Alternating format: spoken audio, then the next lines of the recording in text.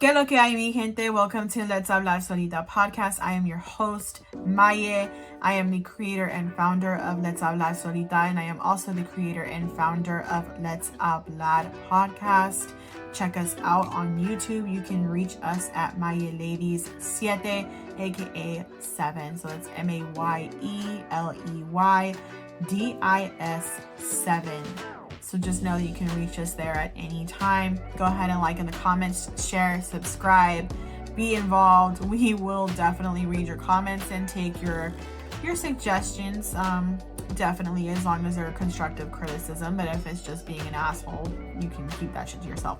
Anyway, we're gonna talk all things silver and black. So what is up, Raider Nation? I am a Raider fan. I've been a Raider fan born and raised. I was born in the Bay Area. My father also Bay Area. My mother was LA. So obviously Raiders was gonna happen, right? Because Raiders were in the Bay. They were in LA. They were back in the Bay. They've been basically like California. That will always be California's team in my humble opinion. But again, agree to disagree. Some people may say that the Niners will always be a California team. Look, I'm not a Niner hater. My grandma is a Niner fan. My dad's a Raider fan. Him and his mom, they have their thing. This is my thing. I like the Raiders. I was raised that way. Papi did good. So I'm just going to keep it that way. And also, for those who are tuning in, I speak Spanglish because I speak English. I speak Spanish. I speak Spanglish. So I may be translating things back and forth. Why? Because it just comes natural to me to speak both languages. Anywho, we're going to get into silver and black. I know that season hasn't started yet, but there's a lot of rumors out there that I kind of want to talk about. And I also want to kind of compare the previous two seasons prior to this season. So it'll be last season, the year prior, and then now. Just so that way we can all discuss it. And again, comments are accepted. If you have any opinions that may be opposing to me, or if you have anything that you want to share, feel free to do so. I welcome it. Hell, anything about football, I welcome it with open arms. I am there for it. Now, let's just say the Raiders, which is my team. This is not sponsored by them. This is not sponsored by anybody. This is something that I'm doing basically solo dolo. But por favor, Raiders, if you want me to like hype you guys up or anything, sponsor me. I'll take some fucking tickets to go to Allegiant Stadium. I'll say that right now. Give me some tickets. I need at least 3. One for Papi, one for Mommy, and one for me. I'll pay for my own fucking hotel and my own flight. That's no problem. But Allegiant tickets are expensive, and I want the good seats. I don't want the nosebleed seats. Okay, I want the good seats. So if you ever want to sponsor me, just know that's how you can do it. Okay, you can give me some Raider tickets, and I'll be good to go. Anyway, let's talk football, guys.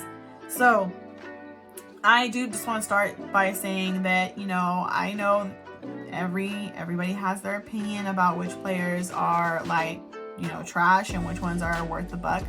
But we are going to talk about paying your players. We are going to talk about, utilizing your talented players that you have, because this is a business, but this is also physically demanding on the guys. This is nothing to do with just like, oh, they show up and that's it. No, like it's physically demanding for them. They have to hit like their routes basically to the expectancy that they have for the team, and it's not easy. It's one of the most difficult things that you can do. I think it's a hard career to begin with, but we're going to talk about first when it comes to pay and things along those lines. Rich Bisaccia. First of all, I just want to say, Rich Bisaccia, you had some really cool glasses. That threw me off for a loop. I remember one time I was watching their press conference in Allegiant Stadium, and I saw him take off his glasses, and he literally he had his glasses on, and then he went boop, put them down, and they clicked back together. That shit was cool. I almost wanted to get something like that for my dad, but I don't know where you get those. So I'm like, I just need to get my dad some glasses like that. Those are tight. But I think he should have been paid to stay as special teams or made the head coach, because with all the things that we went through on that season with Henry Ruggs and what happened with him and what happened with John Gruden. There was a lot of change and a lot of rapid change that was affecting these men. And these men had built this unity. Estaban bien unidos. Like, they were really, really close. And to see that they were all suffering, they were all struggling, and nothing was being done for these men to actually, like, give them time and to give them kind of like a safe space to feel themselves. That shit was hard. And Rich Bisaccia was there for his guys. Like, he was there for his boys, or men, I should say, because they're all grown-ass men. But I saw that like concern, that genuine, I am here for the team. The team is something that's important to him. And I don't see that right now. I don't see that with the coaching staff that we have right now. I could be wrong. I could be 100% wrong. So just know that that's like just my opinion. This is commentary, right? So if I'm wrong and Josh McDaniels sees this by chance, or anyone on the coaching staff, just know that I'm not meaning any disrespect. It's just what I look at. I look at the team and I look at how close they are together, or they were together, and then I look at how you guys just basically tore them apart. That's just my opinion. So Rich Bisaccia was able to pull off something that we didn't think was possible with everything that was going on. They went so much further than any of us actually thought that they would get. And that's something that it speaks volumes to who Rich Bisaccia is as a coach. Because to take on as a head coach, which he had never been a head coach before, he was a special teams coach, and do what he did, it says something. It speaks volumes. Especially when you see the dynamics between like Darren Waller, Derek Carr, Hunter Renfrow, Josh Jacobs, and then we have Daniel Carlson, AJ Cole, Max Crosby, Farrell, Perryman. We had all these very talented athletes, and they were all so close, and you could tell that they actually really gave a shit about each other. That was really interesting. To see that be broken up the next year, that was really fucking hard. I'm sorry. That shit was really hard. And I know that a lot of people aren't going to agree with me. I know change is good, but like, to what end? When you see that there's a team that works well together, and maybe it's the coaching that isn't doing so well, maybe take a look at the coaching and don't focus so much on the players. Because we thought, when we saw Josh McDaniels and that guy, I think his name is David Ziegler or something like that, come in, they're previously with the Patriots, so that was interesting, right? We're gonna see them come in, and they're gonna try to do they're gonna try to give us that same success, and it's just not working out that way. It wasn't panning out, and you can tell that there was so much disconnect between the players. There was one game in particular that I recall where Darren Waller, Davante Adams, and Derek Carr were on the field. Derek Carr threw, and Darren Waller and Davante Adams, they crashed into each other. And even the announcers were like, who was that intended for? Like, who the hell was supposed to get that ball? It was really hard to watch that disconnect, but the disconnect, I think, stemmed from them wanting so hard for this old bond between Davante and Derek from their college years in Fresno, that they were ignoring everyone else that they had that is highly talented. And that's one of those things that just kind of got me, was you have Hunter Renfrow, who I don't know how the fudges he does it. He makes these plays, and he lands on these marks that is just incredible. You have Josh Jacobs, who just pushes through, and it's incredible where he gets. Like, it's something else out of this world. Max Crosby, who's a beast. I mean, as the game goes, it's almost like he gets more energy, like he gets more energized, which is really cool. Perryman, who's a savage, man. And then we have one of the best kickers ever, which is Daniel Carlson. He's someone who, he makes me laugh, because I remember, I think it was that same season where Rich Bisaccia was the head coach for the interim coach, and Daniel Carlson had stomach issues. I think he had like the shits. Okay, so I think he had the shits. He was like, "Oh, my stomach hurts, but I'm feeling good. Like I think I can do it." And I'm like, you were just hella honest about how you had stomach issues. Basically, you've been taking a shit like every now and then. You have diarrhea. Is that what's going on? Because he was just so upfront on it. He had no shame in his game about saying how he had stomach issues. I would be like, I'm just not feeling well. See what I'm saying? Like that's typically what you say. Is like, I'm not feeling well. I'm not feeling too good. I'm just gonna go over here and sit down. No, absolutely not. He's like, nah, I got stomach issues, but I'm good to go. Like fucking Daniel Carlson, man, sit your ass down with your poopy pants. But it was actually really something nice to see, is someone had like that personality where you could just kind of laugh and giggle about it. It was really cool to see. But like, I mean, now when you get Josh McDaniels as a head coach and you get everybody else in there that was former staff for the Patriots, and they're building this team, you're thinking it's going to be like this thing, right? It's going to be this massive change that's going to get us to a Super Bowl, which I would love to go to a Super Bowl one day. So Raiders, make it happen. Come on, bro. I know you can. I know you can. You've done it before. I was hella little the last time you were in the Super Bowl, and I would love to see that again as an adult where I can actually appreciate it. So just, you know, saying that, speaking it to existence. I truly think that the coaching staff is the reason why the team was so disconnected last year. And I'm afraid that they may be disconnected again this year. And I'll explain why. But the disconnect, I feel, comes from the fact that you wanted so hard that Carr and Devontae Adams to transfer on the field, but they're grown-ass men. When they played together before, they were young men. They were like, that college is a different level. They never played together professionally until then. So it's a different mindset. It's a different spiel. Es algo totalmente diferente y no creo que debieron de haber tenido esa esperanza que iba a ser igual que antes. I don't think they should have had that expectation that it was going to be the same as before. That's just my opinion. But it was really hard to watch. And then, of course, everyone was dealing with, like, possible COVID and other injuries and, you know, blah, blah, blah. But it was just a lot. And when they came back, even when Darren Waller got injured, and whoever says, and I've seen people say he didn't do shit for us back in 2022. Okay, he was injured. Yeah.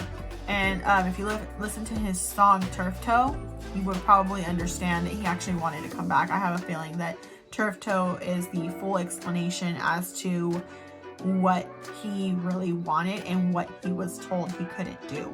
So take a look at Turf Toe. I believe it's found on Spotify, Apple Music, and YouTube by Darren Waller. It will explain a lot. I don't think he's publicly said anything about it on his Comeback Stories podcast with Donnie Starks, but I do think that it is important that everyone take a look, because I think we're all given this falsehood that he didn't want to play. Because if you remember, they were also taking their sweet time in signing him. Like he said he wanted to play as a Raider. He wanted to be a Raider. He wanted to stay on that team. And it was something with his agent, and then he got a new agent. They were able to create a deal, and they paid him what he was worth at the time. It sucks that he's with the Giants now. Just know, Darren Waller, if you ever happen to see this, I'm still your fan, okay? I still believe in you and your health to recovery. I am sad that you're no longer with the Raiders, but I wish you well. And I'm congratulations on your wedding.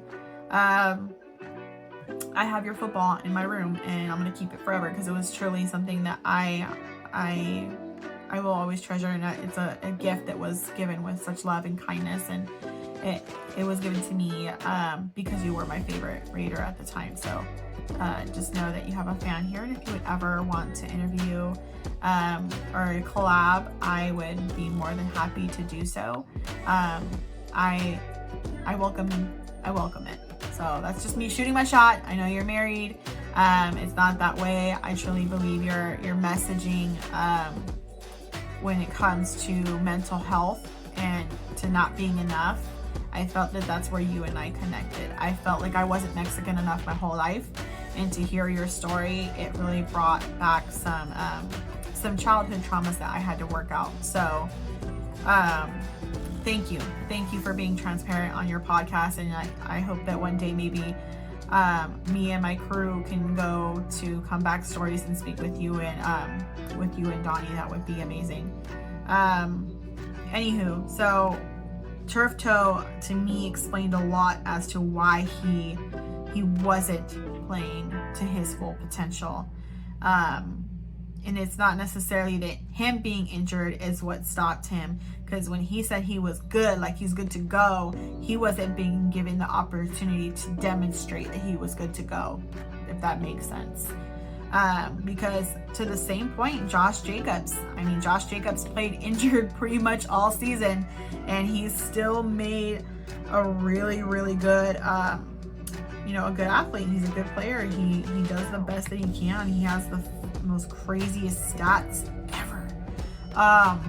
And it's well deserved, right? He's a good athlete. He deserves to get paid, which means pay him now. I'm tired of waiting for his damn franchise tag to get signed. You have till July 17th to sign it, and it almost feels like you're gonna wait all the month of June and the first couple weeks of July to sign it. It's ridiculous. Anyway, getting back to the 2022 season, there was that disconnect between Derek Carr, Darren Waller, Devontae Adams. Like then it was all disconnected. It didn't feel like it was unison at all. And then you had, I believe that's where Hunter Renfrow had like a leg injury or like a knee injury or something like that. And then we had Josh Jacobs always being injured. He played with a bruised ribs. He played with like the foot. I think he pulled like something on his calf hurt. He had a back issue, stomach issue. Like he had a whole bunch of like every other week he was injured. And he still played. They still put him in, and they would put him in like almost every time he was out. Like every time, it didn't matter. He played every play almost, and it was so frustrating to see that you will put in this man, and it's almost like you have no regard for his health at all. But you won't put someone who's willing to play in. Like they're good, they've been given the green light by doctors and medical professionals, but you won't put them in. That makes no fucking sense to me.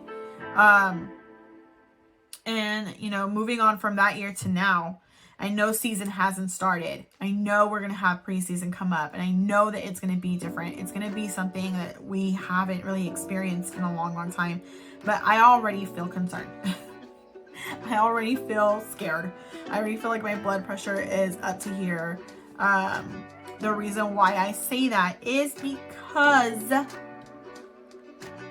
they have not given Josh Jacobs his franchise tag yet. And it's important that he gets it. Pay him the money that he is worth. These men work their asses off to perform at an ability that no regular person can do it. Y te aprovechas de eso.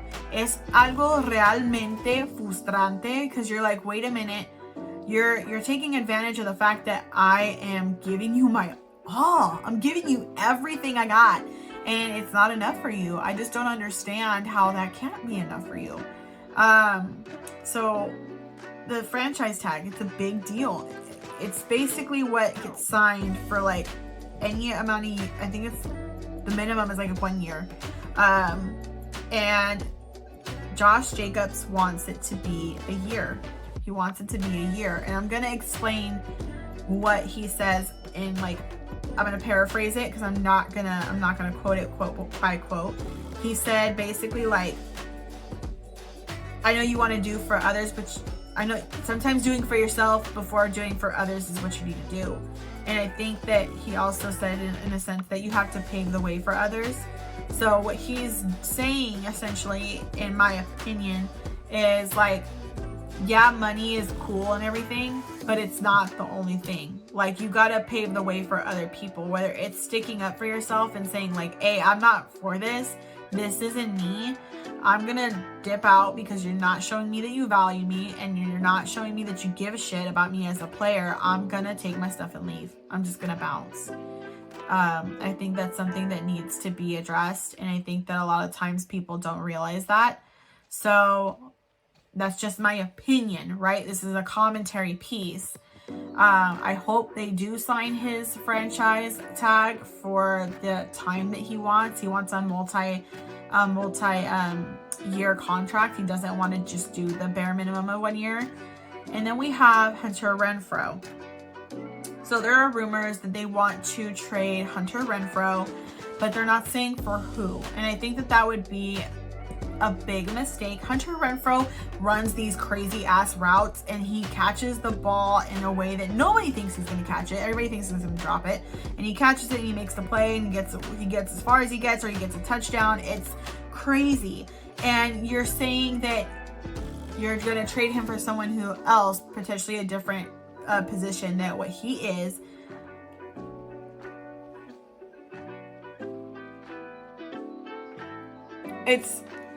Are we on crazy pills? I feel like that's just the part that it's not making sense to me.